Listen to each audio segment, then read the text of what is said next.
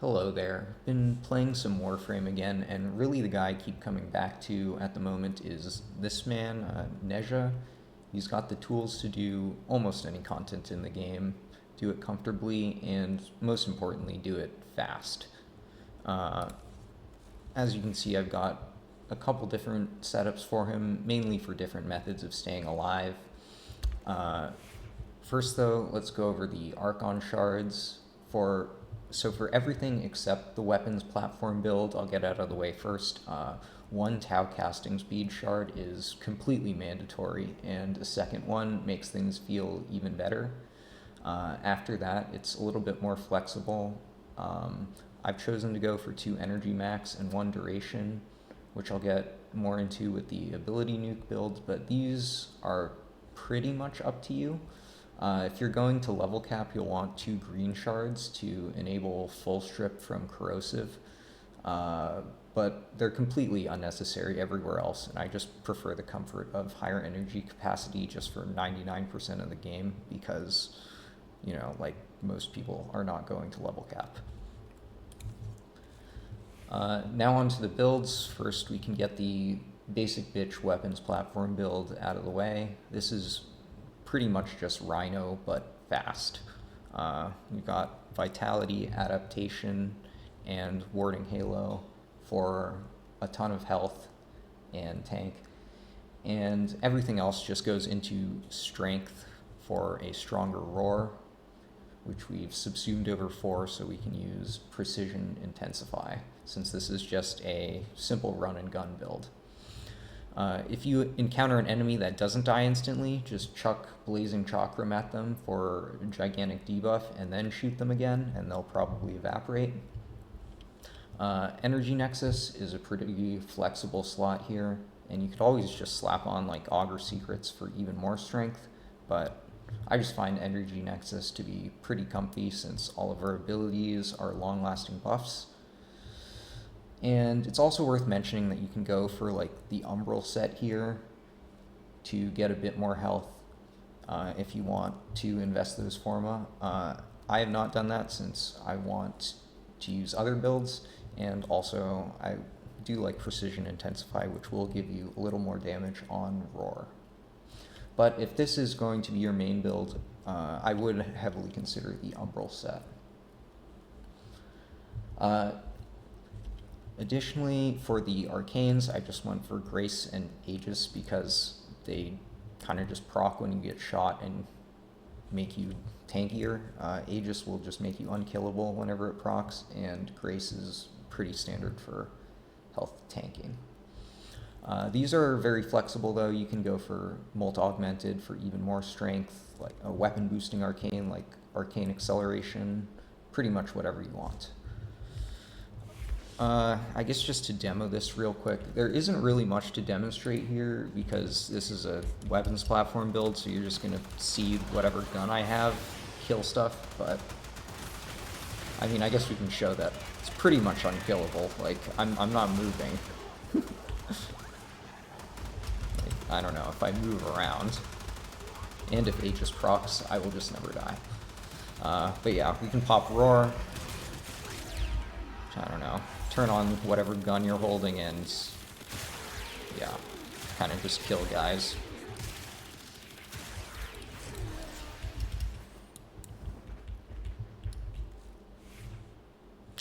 So, now for the more interesting builds that actually use Nezha's kit, more specifically his absolutely bonkers Augment Divine Retribution. This one makes Nezha into one of the best map nukers, effectively multiplying your status output by the number of targets hit by Divine Spears. And this being his main source of damage means we can go lighter on the strength and go heavily into range, giving us the rest of these builds here. So the first one is pure ability spam intended for base steel path and maybe an hour or 2 into like a survival or something, using Thermal Sunder subsumed over Firewalker, or you can subsume it over Blazing Chakram. While you can make this scale up higher, doing so requires some sacrifices, and overall there's, I would say, a better build for going to extremely high levels. Basically, we're going to cast Divine Spears, hit everyone in almost a 40-meter radius with no line of sight check, then use Thermal Sunder to apply heat to everyone, again with no line of sight check. And then Divine Retribution is going to spread the heat procs around to everyone, meaning we apply heat procs equal to the number of enemies hit. And then when the Expedite Suffering effect goes off, everyone just dies. So for the build, we're max range with Overextended Stretch, Augur Reach, Cunning Drift. Archon Vitality adds an extra heat proc to each enemy hit, which is effectively going to double the damage of this nuke. And combined with Warding Halo, this is serving as the only defensive measures on this build. You should be taking relatively little damage since you are CCing and nuking every non-overguarded enemy on the map. So between your Shield Gate, Warding Halo, and the extra health from Archon Vitality, this has been like pretty much more than enough for me at base Steel Path. Now finally, we got to get into the strength versus efficiency versus duration discussion. And on this build, the stat you can actually dump is duration. So this is an extremely energy hungry build, since one nuke rotation consists of Divine Spears into Thermal Sunder twice, which costs an eye-watering 200 energy at baseline. Nezha also only has 225 energy max without these shards. And because of this, I found that for comfortable and consistent gameplay, you either want 60% efficiency with 2 extra sources of energy help, or full 175% efficiency with 1 extra source of energy help. However, we also cannot completely dump strength here, since we're also using abilities to apply the damage we're spreading with Thermal Sunder. So the route I've chosen to go with is 160% efficiency with Fleeting Expertise, supported by Arcane Energize and Steadfast, and then I brought up the strength with Transient Fortitude and Precision Intensify. Umbral Intensify is slightly better than Precision Intensify here, but I'm waiting on the Omniforma to have space to fit it in. This is also the reason I've gone with the Duration Shard in place of something like more Strength, and that's because with max Fleeting Expertise and Transient Fortitude, the duration of your spears actually becomes too short to comfortably sunder twice. You can fit it in with 2 Tau casting speed shards, but just having that extra like 1.5 seconds really makes things a lot comfortable, and it also lets you sunder a 3rd time if enemies get extremely get too tanky for 2 sunders to kill them somehow. So just for a quick demo of this one, spear, sunder, they die. And you can do this much faster as well.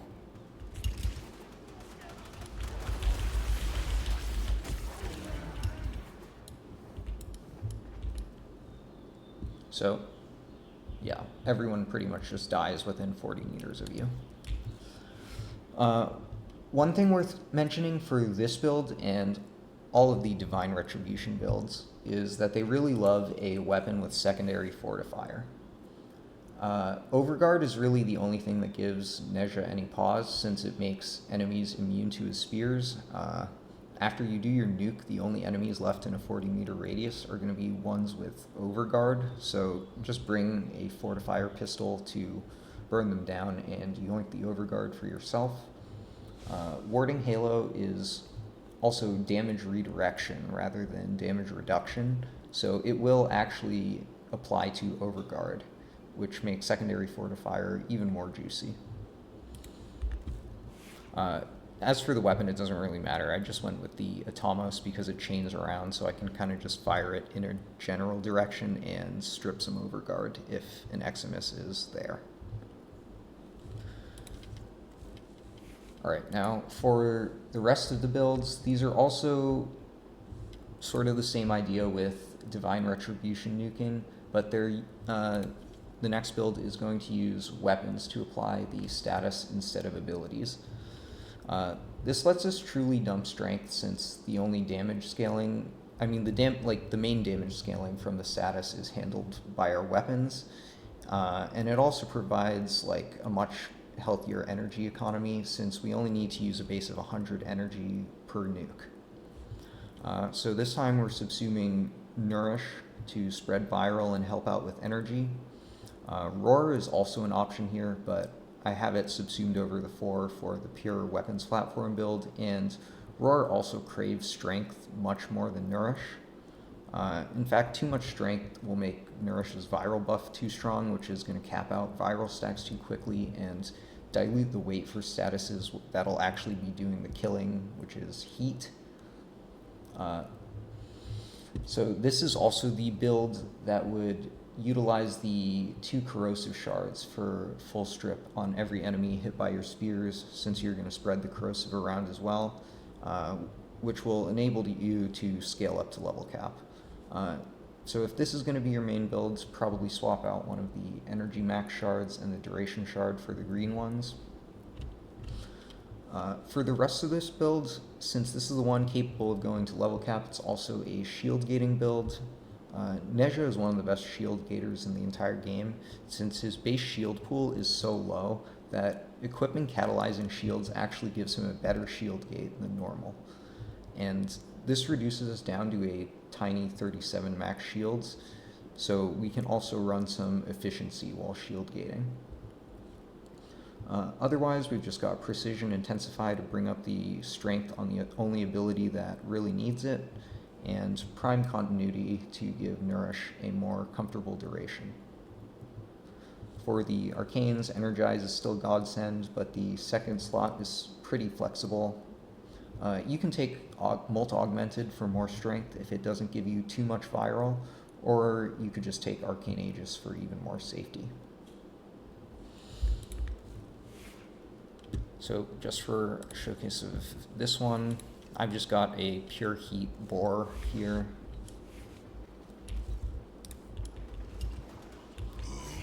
Pop Nourish, spear everyone.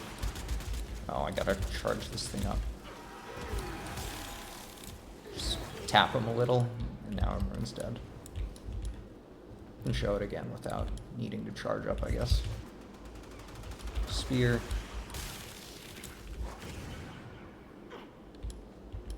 Alright, well that's a little embarrassing. One more time for good measure.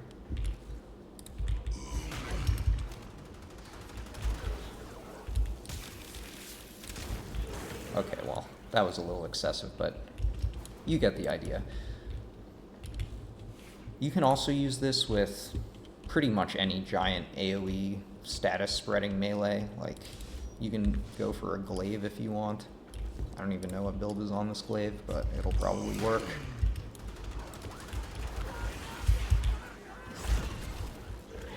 Yeah. Pretty much spear, spread statuses, everyone dies. And since you're using weapons for this, you can do things like mod corrosive for the corrosive shards, and really the weapons allow you to scale this all the way to level cap if you want. Now, the last 2 builds are more just showcases of interesting things Nezha can do. I haven't decided on a helmet for these yet, since I find that these 3 builds kind of cover most of the things I need from Nezha, but I figured I'd show them anyway. So first is a shield regen build, once again abusing Nezha's extremely low shield amount. By taking Fast Deflection and Vigilante Vigor, you begin regenerating shields just 0.2 seconds after not taking damage, and with catalyzing shields, your shield pool of 37 is going to refill in under a second. So overall, this means that you just have to avoid taking damage for 1.2 seconds to get a full 1.33 second shield gate, and combine this with 3 seconds invulnerability window on casting Warding Halo, alongside being able to use Rolling Guard and Arcane Aegis, and yeah, you're pretty much unkillable. This is also completely independent from the rest of the build, so we can go for the same sort of Divine Retribution stuff here, although we're lacking a slot to fully max out range. Or you could just go for more strength and use a strength-based helmet. I guess just to demonstrate this one.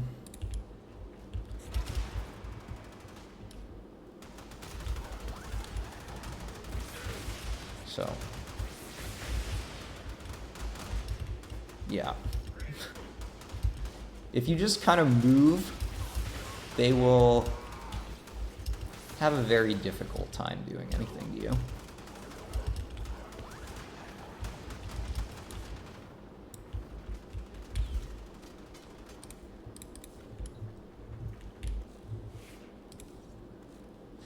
And then finally is probably what I think is one of the more interesting builds, is the minimum strength Halo Gate build.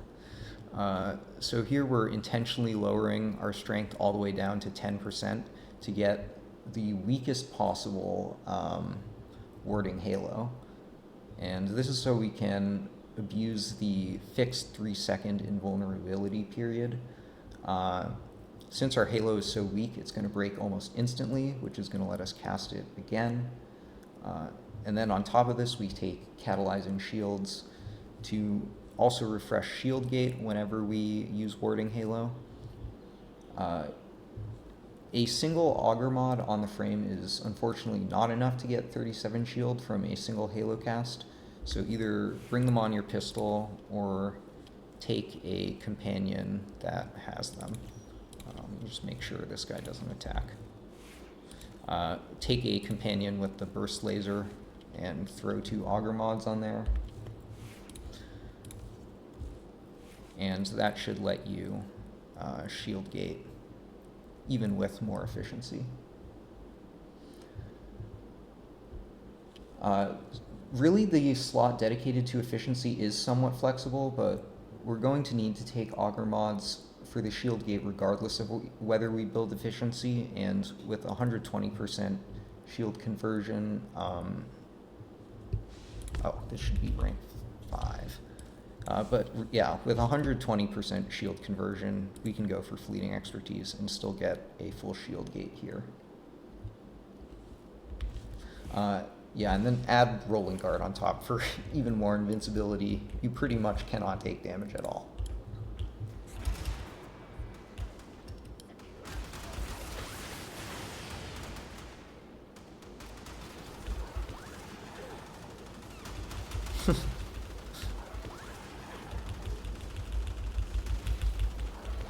Yeah, it's pretty goofy. Then you've also got Rolling Guard and stuff.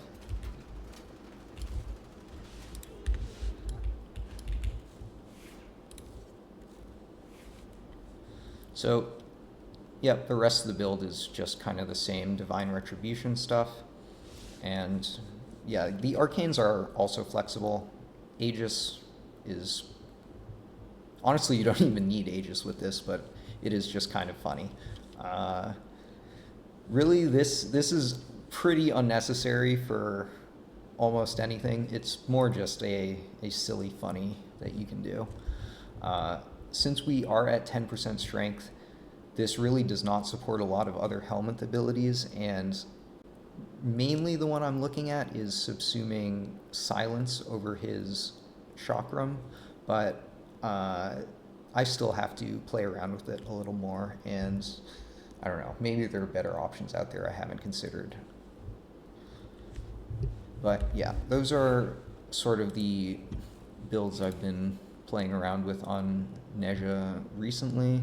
The base steel, like the Sunder spam one, is great for just running like fast missions or an hour or two into endurance. And then this build with a well-built weapon can take you wherever you want to go.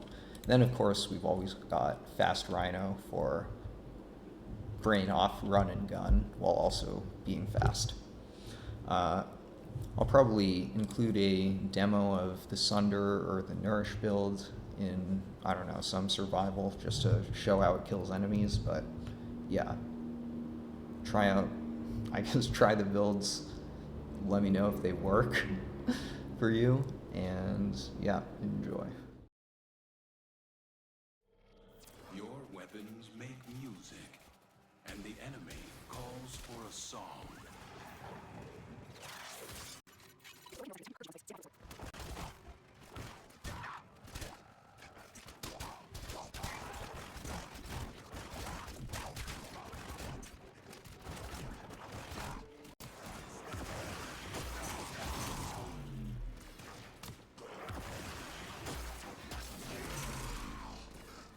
All manner of Archon technology may work here due to the Circulus's proximity. If you have a necromech, you may use it.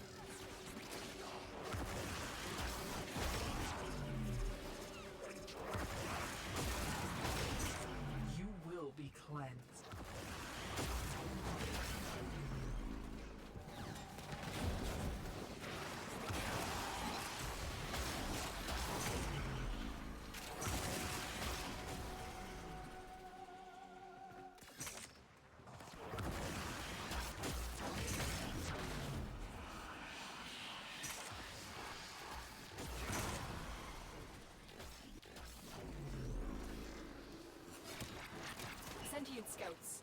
If they detect you, fighters will soon attack. They know you're here. Prepare for sentient fighters.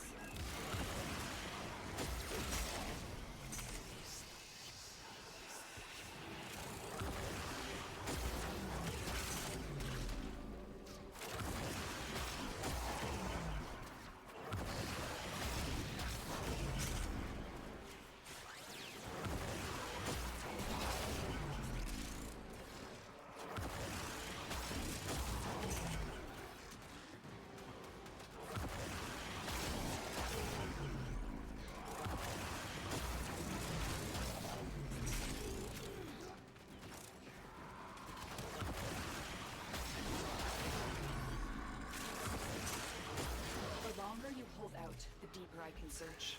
But if you need to leave, extraction is ready. Tenno, the Void has summoned a new presence and it craves our life support. Destroy these manifestations.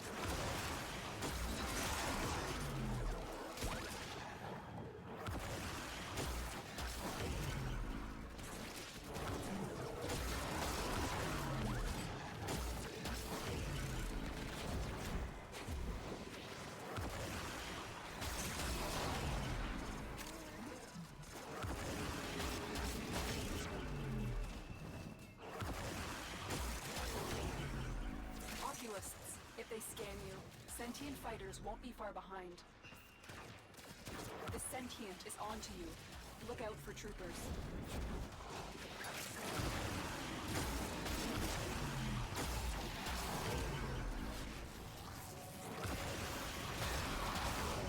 Long ago, one of your kind put an end to that final desperate continuity ceremony. Her essence may still be here.